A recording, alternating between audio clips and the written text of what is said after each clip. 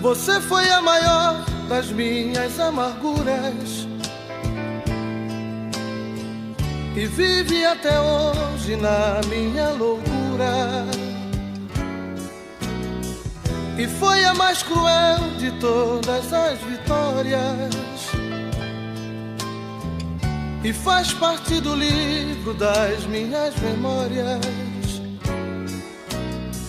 Lembrar de que nada de bom você me deu só machuca alguém que não viveu.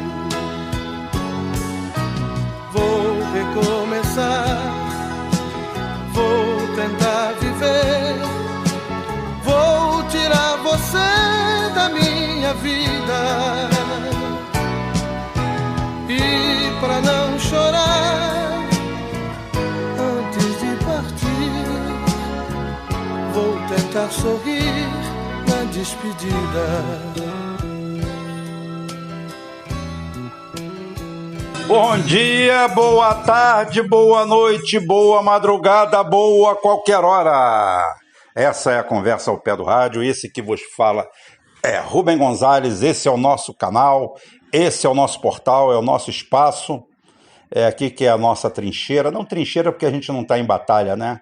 A batalha de esclarecimento é essa que a gente faz todos os dias.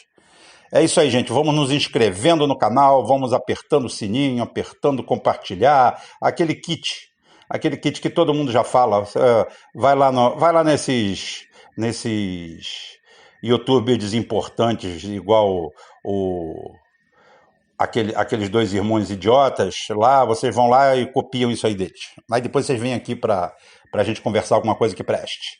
E a música aí, nós metemos aí Memórias. Não, Memórias não é de Fafá de Belém.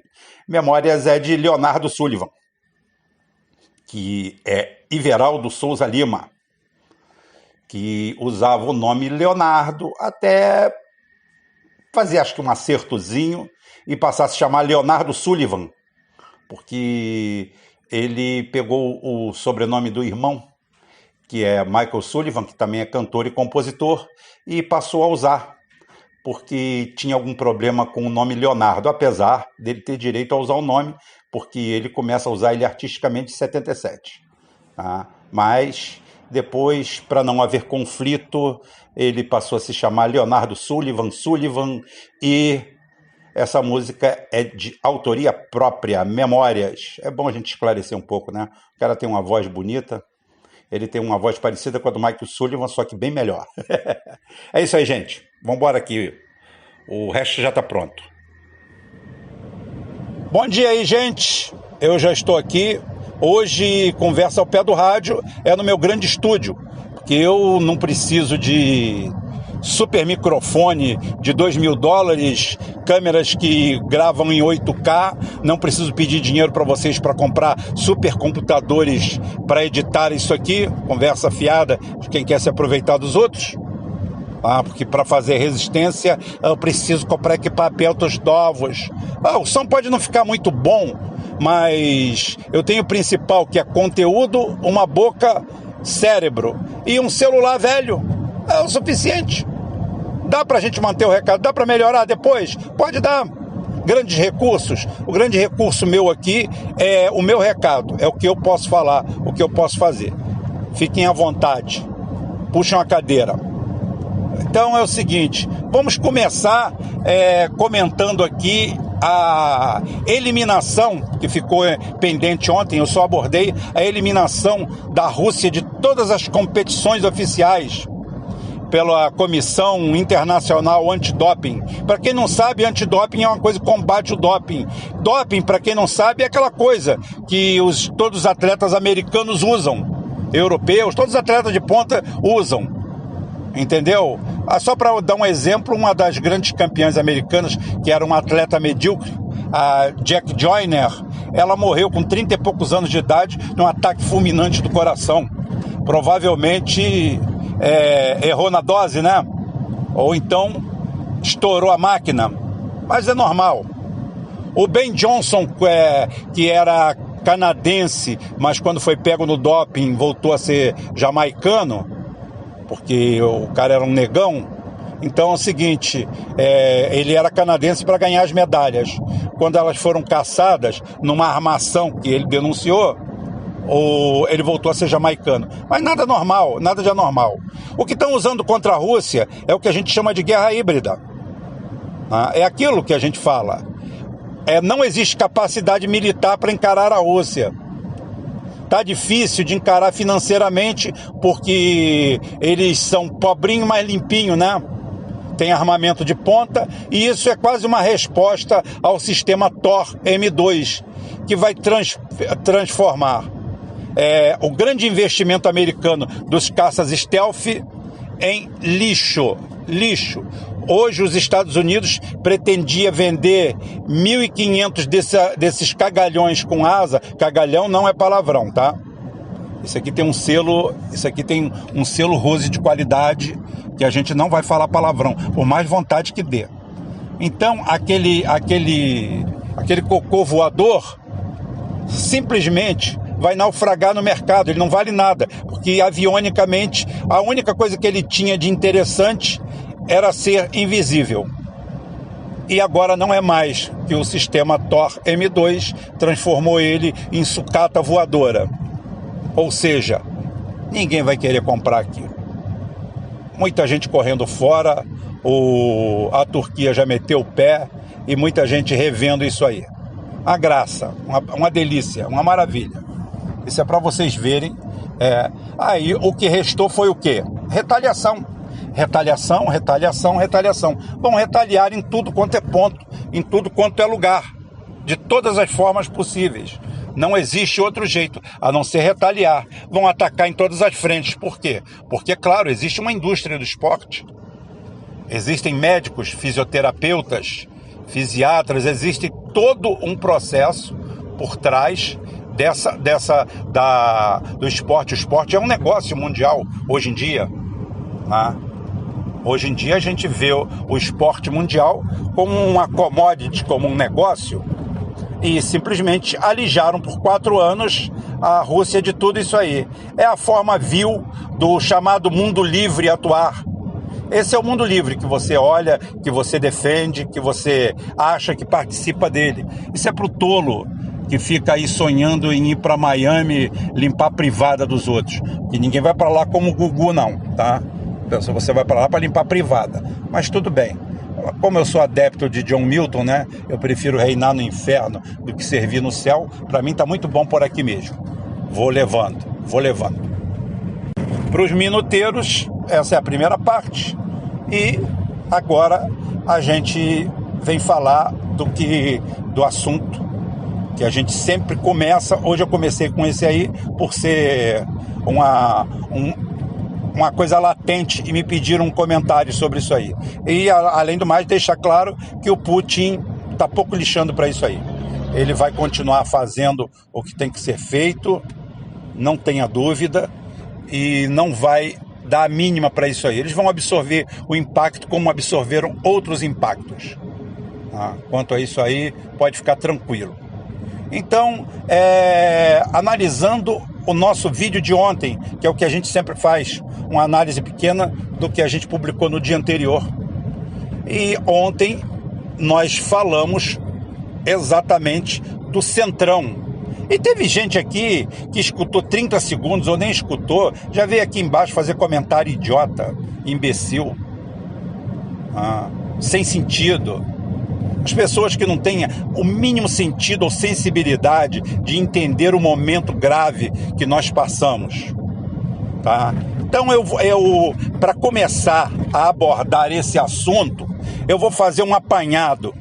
Para voltar nesse assunto do comentário de ontem, eu poderia fazer um comentário isolado, mas deixa eu envolver ele no comentário principal. O comentário principal que eu vou fazer é até um toque que eu recebi aqui do Júnior Rocha, que faz parte lá do meu grupo do Telegram. Como eu falei, eu uso muito o meu grupo do Telegram como base para captação diária, porque o pessoal está lá sempre antenado,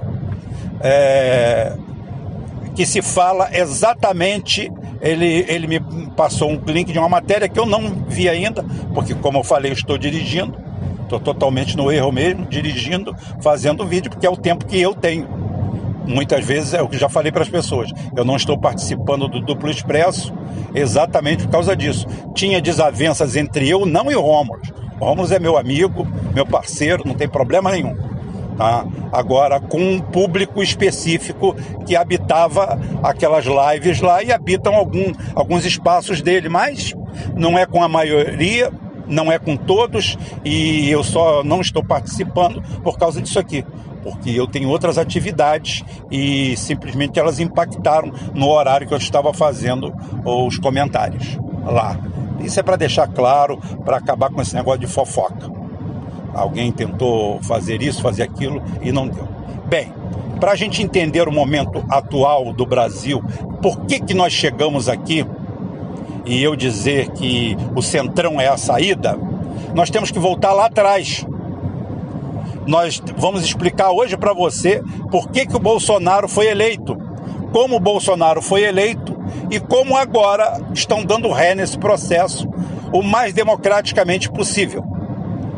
Tudo começa com a tragédia do Lula indicando Dilma Rousseff para presidente do Brasil. Agora, eu sempre chamei ela de traidora, que ela destruiu o PT, destruiu o projeto de governo, porque o Lula vinha de 8 anos de governo, de sucesso, com muitos erros, mas muitos acertos também. Então, era uma base muito boa para as coisas, ou seja, ela recebeu uma base muito boa para transformar o Brasil.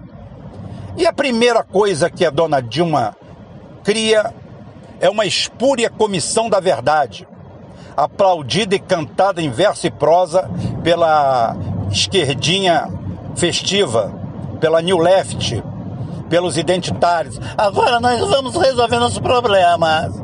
Só que isso daí foi uma traição. Por quê? Porque houve o projeto da anistia. Se foi bem feito ou mal feito, foi feito. Milhares de pessoas se beneficiaram dele, inclusive o Lula, recebendo pensão vitalícia sobre esse valor, sobre isso aí. Muita gente que foi presa quase em crime comum, mas também se beneficiou. E isso aí foi uma página virada. E os militares simplesmente perderam representatividade política. Fernando Henrique fez um péssimo trabalho com eles. O Lula foi um bom presidente para os militares. E eles reconhecem isso.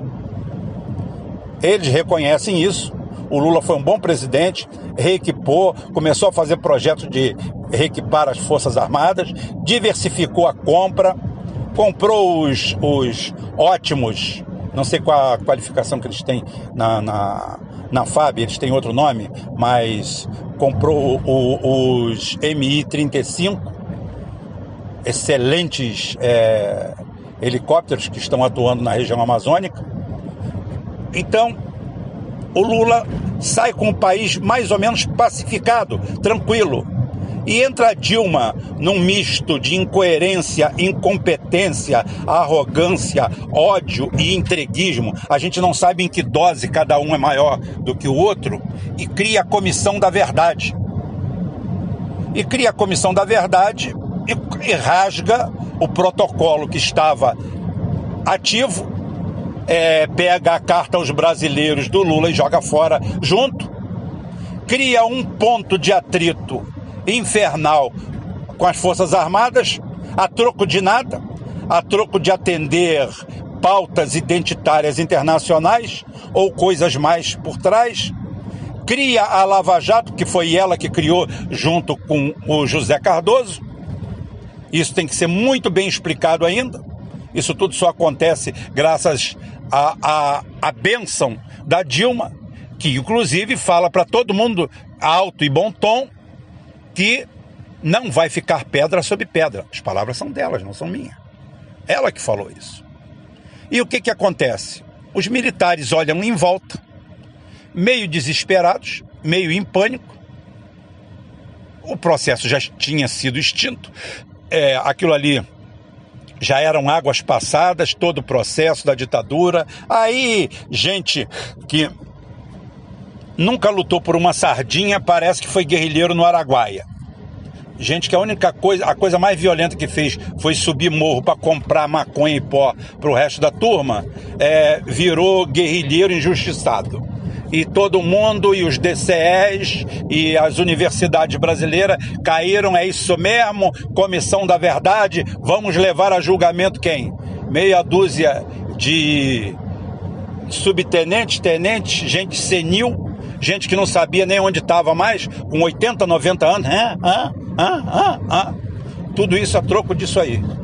Os militares olham em volta, se veem totalmente sem representação na política, olham para o Bolsonaro e falam assim, vai ter que ser esse sujeito mesmo, porque é o que está mais próximo da gente. Sempre se elegeu pela caserna, sempre fez aí essas pataguadas, tem um passado deplorável aqui nas Forças Armadas, mas é militar. Nós temos que nos proteger. Temos que nos proteger. E, ao mesmo tempo, lamentavelmente, temos que nos livrar do Lula e de todo esse processo aí. Temos que fazer um jeito dele ganhar. E aí há uma grande engenharia por trás disso tudo. Uma grande engenharia, onde hoje de manhã eu vejo mais uma página dessa engenharia que levou os militares a defenderem a eleição do Bolsonaro por falta de opção. Porque a Dilma Rousseff simplesmente, dentro de um processo, sem motivo algum, detonou isso. É só ver os números. A Dilma pega o Brasil com o maior índice de aprovação do Executivo, pega o PT flanando aos 7 mares aí como o maior partido de esquerda do Ocidente e entrega o PT 5 anos depois, com seus dirigentes todos na cadeia, o Lula perseguido, destruído. E essa mulher ainda anda dentro do PT e o pessoal bate palma para ela. Chama de guerreira, chama disso. Olha para ver o nível de doença do identitarismo, a falta de visão política de tudo isso, que desemboca na nossa conversa de ontem. A nossa conversa de ontem é sobre esse tema. Olha o que é. Os políticos brasileiros, o Centrão, eu não quero saber do Centrão, é mais uma mamata. A mamata é a mesma que o Lula sustentou, ô cara pálida. Essa mamata do Centrão é a mesma que o Lula sustentou o tempo inteiro. Ou você acha que aquela turma do PMDB queria ministérios porque sonhava em mudar o Brasil? Conversa fiada. Os caras queriam meter a mão. Eu não estou falando disso, não. Eu estou falando da salvação do país, a única possível.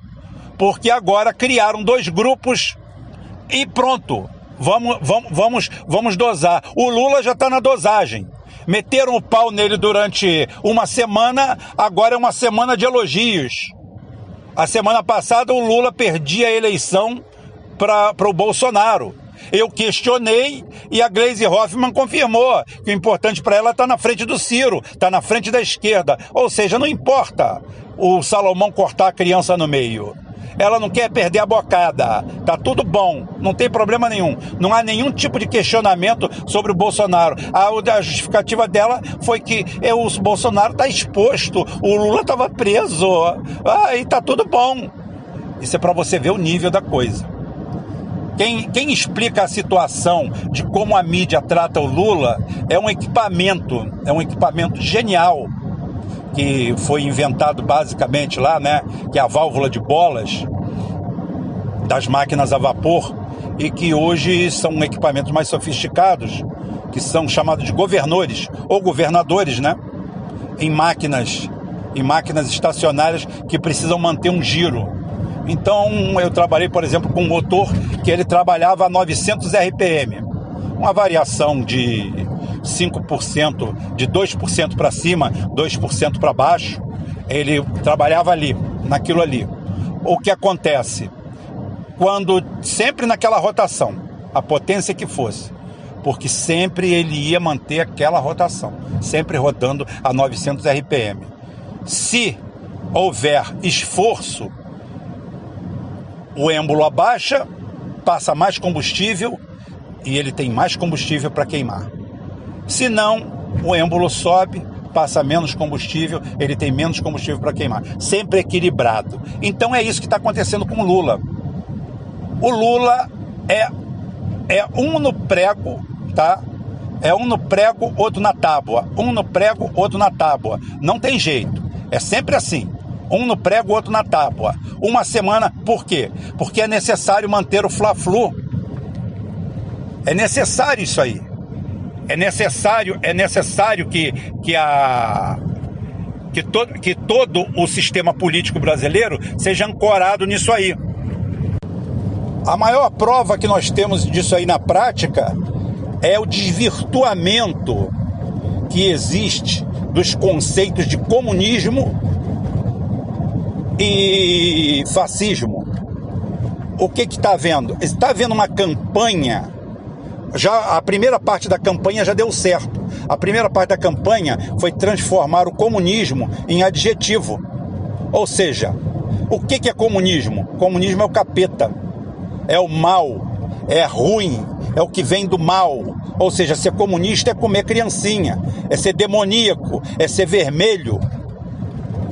E eles, não satisfeitos com isso, agora grandes canais da esquerda começam a criar o mesmo conceito de adjetivação para o fascismo. Fascismo é mal, fascismo é isso, os americanos são fascistas, a nossa direita é fascista. Não, a nossa direita não é fascista, não tem nada de fascista. Fascismo não é adjetivo, comunismo não é adjetivo. Fascismo é uma ideologia, é um sistema de governo. Não vou entrar no mérito aqui se é bom ou se é ruim, mas é algo complexo. A mesma coisa é o comunismo. Não vou entrar na seara se é bom ou se é ruim. É algo complexo. Não a ponto de virar um adjetivo. Eu ia falar adjetivo é fogo, né? A virar um adjetivo e servir de xingamento entre dois grupos distintos. Porque enquanto existir no Brasil apenas esses dois grupos distintos, o bicho está garantido. Porque quem perder está dentro, quem ganhar está dentro, e a gente vai para o sistema americano, onde existem 500 partidos, mas só 2 que elegem presidente, só 2 que têm o poder. O resto é tudo fictício. É isso que eles querem fazer no Brasil. A mesma coisa que querem fazer no futebol, transformando isso aqui no campeonato espanhol, com 2 clubes, ou então, melhor ainda, estão querendo, acho que, transformar no campeonato francês, que só tem um. Então, a gente não sabe o que vai ser feito disso. E a gente vai engolindo essa historinha. A gente vai engolindo essa quantidade de mentiras, canais ditos sérios, com bastante recursos, bancado pela Amazon, bancado por Jeff Bezos, criando um novo conceito para você saber se fulano é reacionário, o governo é reacionário. Porra, vai estudar, cara. Vai estudar, para com isso.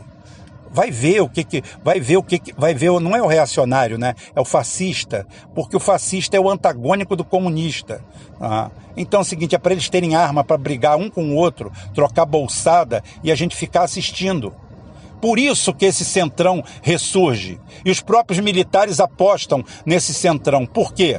Porque é simplesmente quebrar essa dicotomia. Mas a maioria não tem inteligência para isso. Prefere ficar citando termos como estou em pé ao lado do canhão. Isso quem fala, quem nunca pregou um prego numa barra de sabão, nunca bateu um martelo no dedo, nunca deu um tiro com a espingarda de ar comprimido, mas ele está em pé ao lado do canhão. Porque ele quer guerra, ele quer briga, ele quer revolução, quando ele não tem condições nem de gerir a própria casa.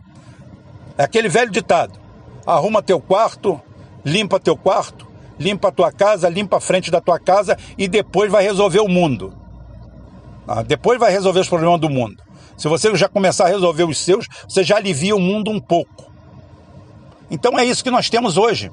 esse grande conceito etéreo, explicado mais ou menos como Bolsonaro chegou ao poder, porque ele se torna a única alternativa ao projeto que a Dilma tinha aí, ninguém sabe bancado por quem, ou enganaram, mas não acredito, porque ela está flanando pelo mundo aí muito bem, obrigado, quis manter os direitos políticos dela, manteve. É o único caso em que ela foi colocada para fora do governo por improbidade administrativa, mas ela era proba, sabe? Inventaram um novo conceito para improbidade administrativa e salvaram o mandato dela. Num claro aceno, num claro acerto, aonde ela pisou nos pés de todo mundo. Por último, a última tentativa dela de arrebentar os militares foi a situação do almirante Otton. Por quê? Porque saiu dela, saiu do Zé Cardoso, a perseguição ao almirante Otton. Vocês não sabiam, não? Pois fiquem sabendo. Foram eles que colocaram a Lava Jato nas costas do Marechal Otton. Denunciaram contratos, fizeram tudo, porque a última retaliação em cima dos militares que ela conseguiu tentando fazer em cima da continuação da Comissão da Verdade. Porque o almirante Otton começa no projeto nuclear brasileiro no governo Geisel. E a dona Dilma, que foi beneficiária do governo Geisel, não se sabe como, tenta fazer isso. A quem ela representa, até hoje é uma incógnita. Só sei que não representa nada de bom e nada de bem. E o Lula naufragou nisso aí. Lamentavelmente, geopoliticamente e politicamente, a gente pode dizer que ele estava no lugar errado, na hora errada. E hoje não tem jeito. A gente tem que jogar ao mar. Esses dois grupos. A gente tem que vir com a política de centro, seja com o Rodrigo Maia ou com quem for. Como eu falei, não é o mundo dos sonhos, não é o mundo ideal, é o mundo possível. É por isso que meu canal é de análise. O meu canal não é de torcida. Eu não estou aqui torcendo pelo PDT, não estou torcendo por Ciro Gomes, não estou torcendo por Lula, eu estou analisando. A situação do Lula acabou, chegou, finito, fim. Ninguém vai voltar atrás e esse grupo que anda atrás dele berrando, mexeu com Lula, mexeu comigo, é o mesmo que viu ele sendo preso, calou a boca e ficou por isso mesmo. Só conversa fiada, só papo torto. Não tem nenhum papo certo nisso aí. Então, é isso aí. E o Bolsonaro começa a naufragar junto à mediocridade do Paulo Guedes, que não está agradando a todo mundo. Nem lá dentro do quartel, nem lá dentro de lugar nenhum. Ou seja, há uma militarização, vai haver um fechamento do sistema? Não. Podem me cobrar depois. Ninguém vai fechar sistema nenhum. O que está havendo é mudança do sistema de controle. Controle de toda a população. E isso daí é mundial. Todos os países estão fazendo isso. E isso não é um monopólio brasileiro. Podem ter certeza disso. Isso está acontecendo no mundo inteiro, na China, nos Estados Unidos, na Europa, na Índia, na Austrália. Então isso é um fenômeno brasileiro. Não vai haver fechamento nenhum do regime. Não há nenhum clima para isso. Os militares não têm nem como fazer isso. Em momento algum, em hora alguma. Tá? Você tem que tomar cuidado com Paulo Guedes, com o neoliberalismo, com a praga do neoliberalismo. Esse é o grande inimigo nosso, e não o fechamento do sistema. Ninguém vai fechar nada. Nem com esses... Pode me cobrar depois. É só anotar e depois me cobrar. Ô Rubem, você falou lá atrás que não ia ter fechamento do sistema e tá aí tudo fechado. Porra é essa? Eu vou dizer para você, não vai fechar sistema nenhum. O sistema é esse que tá aí. Manipulado que manipularam de um lado. Ou seja, eles estão sendo desonestos, mas vão virar para o PT e para a Dilma e falar, mas quem começou foram vocês. Essa realidade, esse é o ponto básico de tudo isso aí, e uma análise que se misturou com a análise do dia de hoje, se misturou com a análise exatamente da nossa publicação de ontem, porque é pertinente. Por isso que eu falei que eu estou linkando uma com a outra, para você não perder o viés da coisa. Você vai assistindo igual uma novela, igual uma minissérie, tá bom? E, por enquanto, estou mantendo o padrão Dona Rose de qualidade, tá? Sem palavrão. Dá para compartilhar com todo mundo, numa boa. porque o momento é de esclarecimento. Agora, se você não aceitou nada disso, se você não acreditou nada disso, se você prefere continuar fazendo a briguinha política, ou você é muito burro, você é muito tapado, ou você tem grandes interesses nisso aí. Você faz parte da casta dos beneficiados, diretamente, partidariamente, politicamente, ideologicamente. Diferente de mim e dos meus seguidores aqui, a maioria, que simplesmente quer um país melhor, quer um país trabalhista, quer um país democrático, mas um país mais decente. E a gente vai em cima do que é possível, do momento, e não do que a gente sonha. Não adianta sonhar 30 anos e não conseguir nada. É muito melhor nesse momento a gente começar a fazer alguma coisa e daqui a 30 anos a gente ter algo mudado, do que sonhar durante 30 anos e não fazer nada. Essa é a conversa de hoje, ficamos por aqui e amanhã a gente volta, se Deus quiser.